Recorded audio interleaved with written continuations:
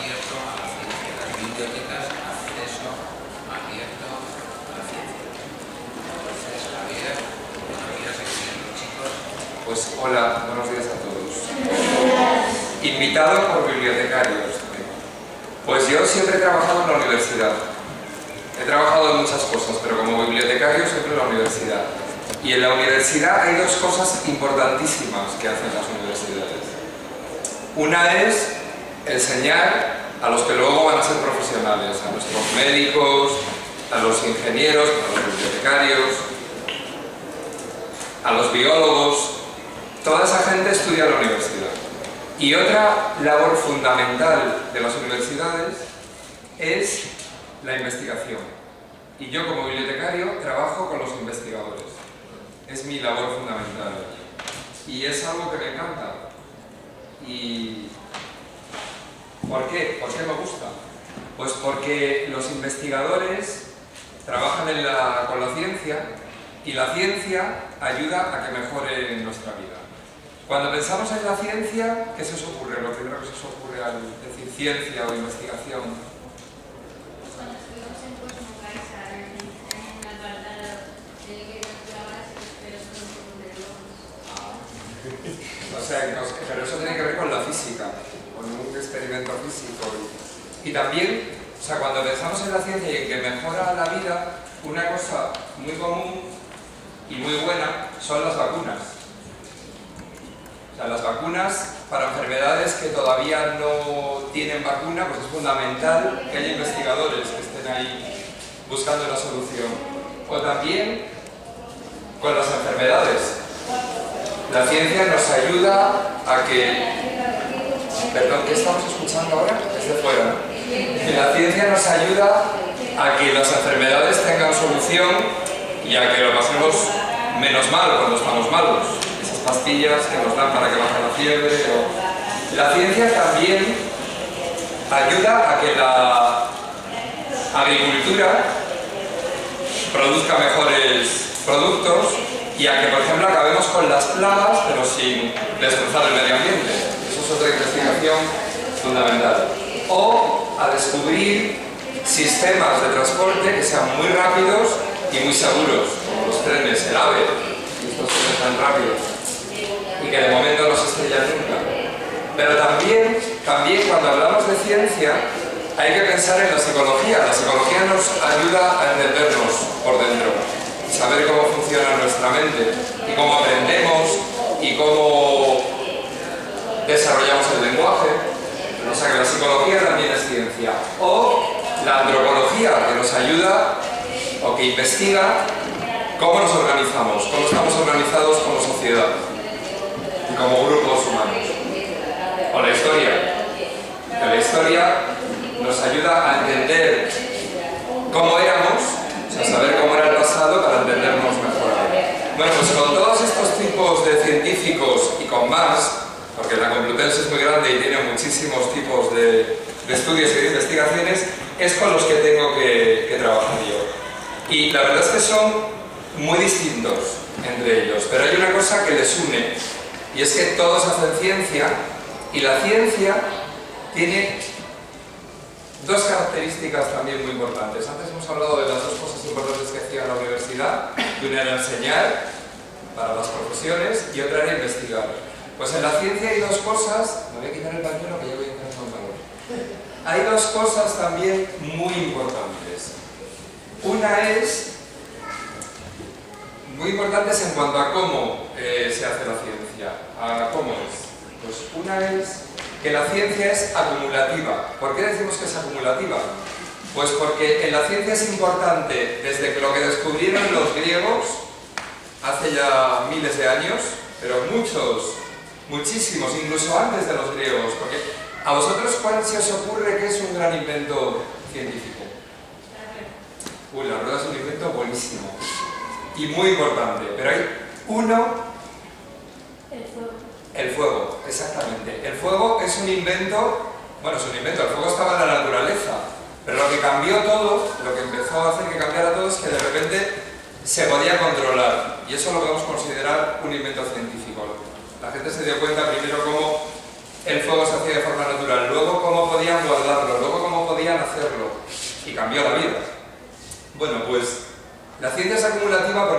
fuego hasta ahora, no hemos parado de tener investigadores, científicos, algunos conocidos. Esa señora es Madame Curie. ¿Os suena Madame Curie? La del átomo. El de arriba es Einstein. El que está a la izquierda es Kepler, un astrólogo. Esto es un cuadro de Galileo, se supone que era así Galileo, no es de su época, lo hicieron después. Este es Arquímedes y esa es una científica de ahora. Hay muchos científicos que tienen nombre y otros que no, pero la ciencia se hace con todo lo que han ido aportando todos ellos. O sea que es acumulativa. Y otra cosa que tiene la ciencia, la segunda, es que es un trabajo en equipo. O sea, pensamos en el científico, ahí veis a Madame Curie, está sola en su laboratorio, pero ya no estaba sola. Ahí trabajaba mucha más gente.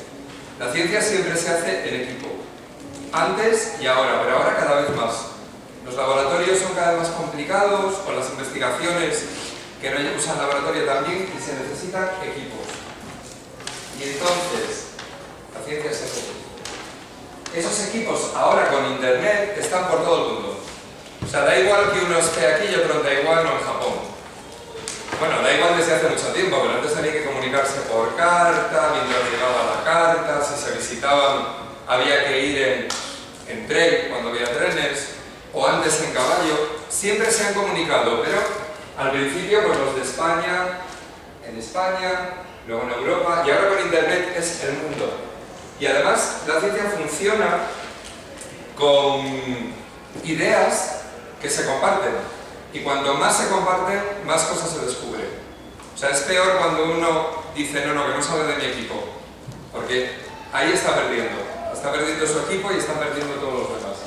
Entonces, siempre ha habido gente que tiene mejores ideas que los otros, o que se le ocurren antes, como cuando os preguntaban ahí a todos, pues de repente a alguien se le ocurre, lo dice, pero cuando los demás lo oís, os salen más ideas. Así funciona la ciencia. Entonces hay ideas por todas partes y todas juntas pues van haciendo que avancemos y que haya una ciencia mejor para todos. ¿Qué es lo importante aquí? Aquí los bibliotecarios ya empezamos a tener un papel, porque como hay muchos equipos por todo el mundo y tienen que hablar entre ellos, comunicarse, aunque lo hagan por internet, en internet también hay sitios a los que uno va. O sea, internet, si no sabes a dónde quieres ir, pues es muy difícil encontrar. Y los bibliotecarios somos especialistas en encontrar. Como cuando vais a la biblioteca, los que vayáis, y preguntáis un libro de tal o un libro de cual tema que os gusta, y el bibliotecario y la bibliotecaria saben, pues en la universidad con los científicos es un poco igual. Entonces, todos estos científicos, todos estos equipos, tienen que poner en común lo que hacen para lograr que con esa acumulación de saber la ciencia avance más. Y lo hacen publicando normalmente en artículos. Lo hacen en artículos que se publican en revistas científicas. No son revistas de kiosco, como las que vemos normalmente. Son unas revistas que leen solo los científicos y que, además, ahora son electrónicas. Ya no se hacen en papel, aunque yo os he puesto aquí unas imágenes de revistas en papel, pero todas estas ya se hacen en formato electrónico y los científicos las consultan desde su ordenador. Y estas revistas las editan muy pocas editoriales. ¿Habéis oído hablar del monopolio? ¿No? El monopolio es cuando alguien es el único que hace una cosa. Pues en las revistas científicas hay bastante monopolio. O sea, son muy pocas editoriales mundiales las que las publican. Y los científicos tienen que publicar ahí. ¿Por qué? Pues porque las revistas les dan una seguridad. Y es que lo que reciben y publican es algo interesante. Y claro, es complicado para alguien que no es físico, o que no es matemático, o que no es médico, leer un artículo, leer una redacción de otro científico y decir esto vale, o esto no vale. Las revistas lo que hacen es que crean grupos con científicos de todas las áreas, les llegan los artículos, los leen, dicen este sí, porque dice algo nuevo, o este es interesante, tal, y lo publican. Y todos los que quieran leer eso con lo que se hace la ciencia, tienen que leer esas revistas que tienen un candado, porque son de pago. Tenemos que pagar para poder leer esas revistas. Y aquí hay una cosa rara, porque la mayor parte de los científicos trabajan en universidades o en centros de investigación que son públicos. ¿Sabéis lo que es público, no? Antes me ha parecido oír que alguien dijo que la biblioteca era un sitio público. Lo público lo pagamos entre todos. Se paga con los impuestos y se paga entre todos y es para todos. Entonces, la ciencia se hace desde sitios públicos. Pero cuando se publica en un sitio privado y hay que pagar. Entonces, ¿qué ocurre aquí? Bueno, pues quien no tiene dinero no lo lee. Los científicos de países que tienen menos dinero que el nuestro, o menos dinero que otros países de Europa o de Estados Unidos, no pueden leer eso. Estamos perdiendo gente para la ciencia, porque, como os he dicho al principio, cuanta más gente lo lee, cuanta más gente lo conoce, pues más descubrimientos tenemos. Ahí estamos perdiendo, y ahí es donde los bibliotecarios participamos, los que trabajamos con científicos, en un movimiento que se llama Open Access. La letra se ve fatal. Open Access, ¿sabéis lo que significa Open Access? ¿Estudiáis inglés? Acceso abierto. Acceso abierto, efectivamente. Como la ciencia ahora, esto es un inciso, o sea, un momentito, como la ciencia ahora se hace en todo el mundo y hay que entendernos entre todos, el inglés es el idioma que utilizan los científicos para comunicarse. No es un inglés muy difícil, porque no es un inglés en el que van a escribir sus cartas de amor, ni un inglés para escribir los cuentos que les gusta leer, no, es un inglés de comunicación, pero es inglés. Es muy importante que aprendáis inglés, porque en la profesión que elijáis luego, sea cual sea, ahora mismo el idioma en el que se comunica a todo el mundo es el inglés. Hace mucho fue el latín, después en algún tiempo fue el árabe también, en la Edad Media, el chino lo fue para una gran parte del mundo durante mucho tiempo, ahora de momento es el inglés. Bueno, volvemos al Open Access, al acceso abierto. El acceso abierto al conocimiento científico. ¿Qué es lo que intentamos con el Open Access? Pues lo que intentamos es que los científicos publiquen donde quieran, pero una vez que han publicado, pongan una copia en una base de datos que mantiene, cada universidad mantiene la suya, y lo dejen en acceso abierto. Es decir, cualquiera puede entrar a esa base de datos y leer, enlazar en su propia web, utilizar lo que se ha depositado ahí. O sea, la ciencia que se ha depositado ahí. Las universidades lo llaman a eso sus archivos institucionales. O también hay otro nombrecito, un poco más raro, que es repositorio institucional. Archivo y repositorio sería lo mismo. Entonces los científicos ponen ahí todo lo que han publicado donde quiera que lo hayan publicado antes y todo el mundo puede acceder a ello. Todo el mundo es todo el mundo.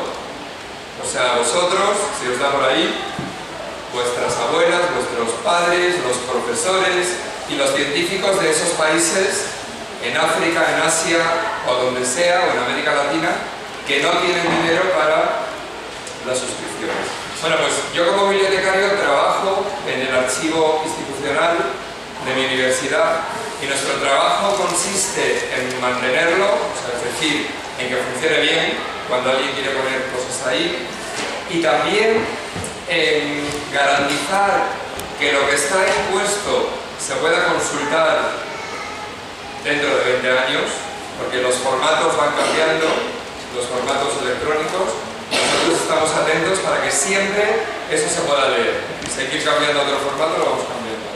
Y también trabajamos, como estoy haciendo ahora con vosotros, contándoos el Open Access, el acceso abierto, pues lo hacemos con investigadores que todavía no lo conocen y que, bueno, cuando lo conocen, pues pueden estar de acuerdo y poner ahí su producción. Así tenemos una ciencia más participativa, es decir, una ciencia para todos, más visible para todo el mundo y que tenga muchas más posibilidades para mejorar nuestras vidas, que es de lo que se trata. Y con eso yo he terminado.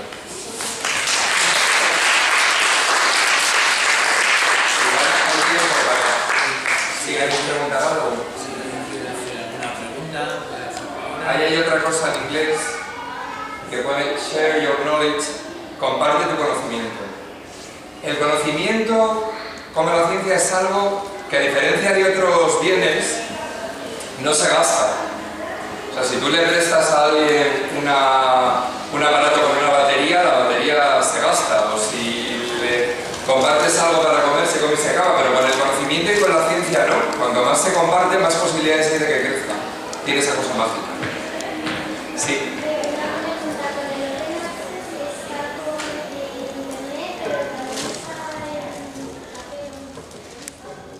No, solo está en Internet.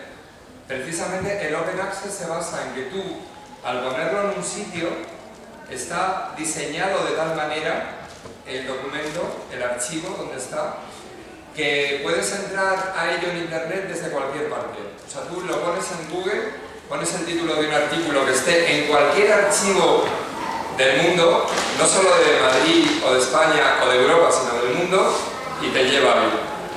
El Open Access va unido a Internet. Internet nos permite esa posibilidad de conectarnos entre todos y por eso existe el Open Access.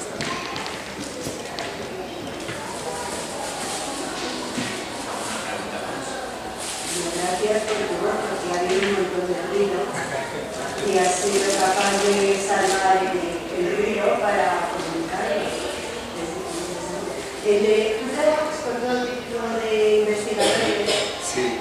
¿Y tienen características peculiares unos otros? Sí, muchas, claro. Hay científicos, por ejemplo, con los físicos llevan utilizando el Open Access desde hace mucho, porque el Open Access es muy nuevo como movimiento, a partir del año 2001, 2002, en el 2003 hay un gran avance, o sea, es de este siglo, pero los físicos llevan más tiempo. Los físicos, su forma de, aunque publiquen en revistas de pago, ellos hay un archivo mundial, se llama Archive, donde ponen todas sus cosas para que todos lo lean y les digan unos a otros, pues aquí has metido la pata, esto creo que estás equivocado. Y sí, son diferentes los científicos. ¿Más abiertos que de otros? Sí, en ese sentido de la comunicación científica sí. Luego también es que hay otros científicos que están pensando en que lo que han inventado, patentarlo. Cuando tú patentas algo, nadie, lo sabéis, ¿no? Nadie puede utilizar eso sin pagarte a ti dinero. Con eso, que por una parte está muy bien, porque quien algo inventa, pues que tenga un beneficio está muy bien, pero claro, hay problemas, por ejemplo, con los medicamentos, porque hay medicamentos que tienen patente, y un medicamento con patente quiere decir que nosotros aquí quizá lo podemos pagar, pero hay otros sitios del mundo donde no pueden pagar lo que exige la patente. Y eso es un problema, por eso hay también inventos que quedan fuera de patente. En fin, los científicos son distintos según sus áreas, pero luego les une a todos que, como os he dicho, hacen ciencia y la ciencia necesita todo lo que se ha inventado antes y lo que se inventa alrededor y necesita hacerse en equipo también. Pues nada, muchas gracias.